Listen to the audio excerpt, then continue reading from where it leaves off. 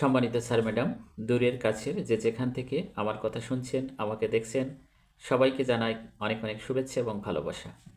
NTRCA থেকে অষ্টম NTRCA নিয়োগ বিজ্ঞপ্তি 2026 গত 29শে জানুয়ারি প্রকাশ করেছে। এই 26-এর যে নিয়োগটি প্রকাশ করলো এটা হলো প্রতিষ্ঠান প্রধান এবং সহকারী প্রধানদের জন্য। তো এখানে যে নোটিশটা দিয়েছে সেখানে এনটিআরসি কি বলতে চাচ্ছে আমরা একটু জেনে আসি।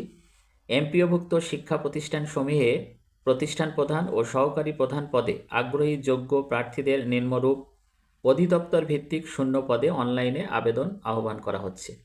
তো এখানে শূন্য পদের তালিকাও দিয়ে দিয়েছে।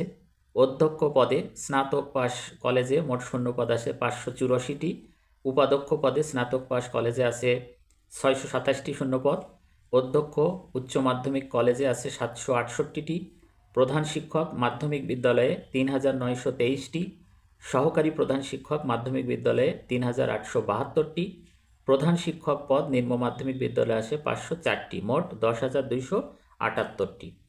এবং কারিগরি শিক্ষা অধিদপ্তরের অধীনে অধ্যক্ষ পদ ব্যবসা ব্যবস্থাপনা আছে 110টি, সুপার ভোকেশনাল পর্যায়ে মোট পদ আছে 40টি, মোট শূন্য পদ 150টি।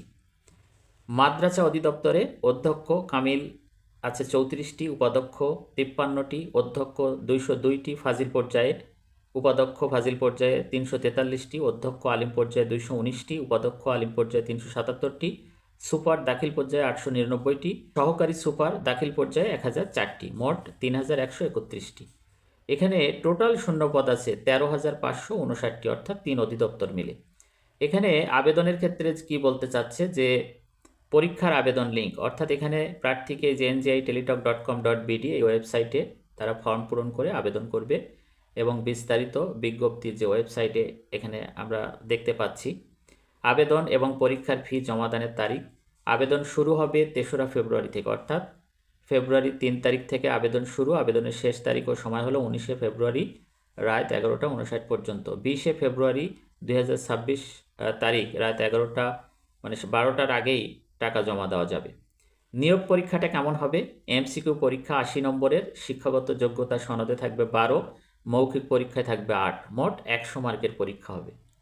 পরীক্ষার বিষয়বস্তু কি? এখানে বলা হচ্ছে যে 80টি এমসিকিউ প্রশ্ন থাকবে, প্রতিটি শুদ্ধ উত্তরের জন্য 1 নম্বর, প্রতিটি ভুল উত্তরের জন্য 0.25 সেখান থেকে মাইনাস করা হবে। পরীক্ষায় উত্তীর্ণদের এরপরে এমসিকিউ পরীক্ষা হবে। আর পরীক্ষার বিষয়ের ক্ষেত্রে বাংলা, ইংরেজি, আইসিটি, মানসিক দক্ষতা ও গাণিতিক যুক্তি, সাধারণ জ্ঞান, বাংলাদেশ ও আন্তর্জাতিক বিষয়াবলী, প্রশাসনিক ব্যবস্থাপনা, আইন বিধি প্রবিধি, নীতিমালা, পরিপত্র, আদেশসমূহ এগুলো সম্পর্কে ধারণা থাকতে হবে।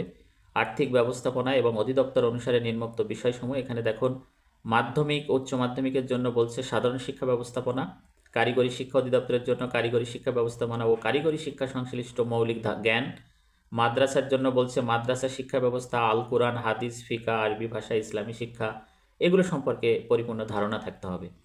যোগ্যতা অভিজ্ঞতা, 3 অধিদপ্তর কর্তৃক সর্বশেষ জারিকৃত জনবল কাঠামো এমপিও নীতিমালা মোতাবেক কাম্য শিক্ষাগত যোগ্যতা অভিজ্ঞতা প্রযোজ্য, অর্থাৎ এমপিও নীতিমালায় যে শিক্ষাগত যোগ্যতার কথা বলেছে সেই যোগ্যতাগুলো এখানে প্রযোজ্য। তো এটা কিন্তু এনটিআরসি এর হাতেই চলে গেল। দেখুন কত জল্পনা কল্পনা ছিল এনটিআরসি আর থাকবে না, বিলুপ্ত হয়ে যাবে, এটা হয়ে যাবে, সেটা হয়ে যাবে, অথচ সেই এনটিআরসি এর হাতে অন্য আর একটা ক্ষমতা কিন্তু দেওয়া হলো যে প্রতিটি প্রতিষ্ঠানে প্রধান এবং সহকারী প্রধান হিসেবে নিয়োগের ক্ষমতা। এটা অবশ্যই একটা পজিটিভ দিক, কারণ কমিটি কর্তৃক যে একটা জবরদস্তি বিষয় ছিল সেটা থেকে অন্তত রেহাই পাওয়া গেল। আর আগামীতে কমিটি প্রথা যদি বিলুপ্ত করে তাহলে হয়তো আমরা আরও বেশি একটু স্বাধীনভাবে বা স্মুথলি আমরা চলতে পারবো।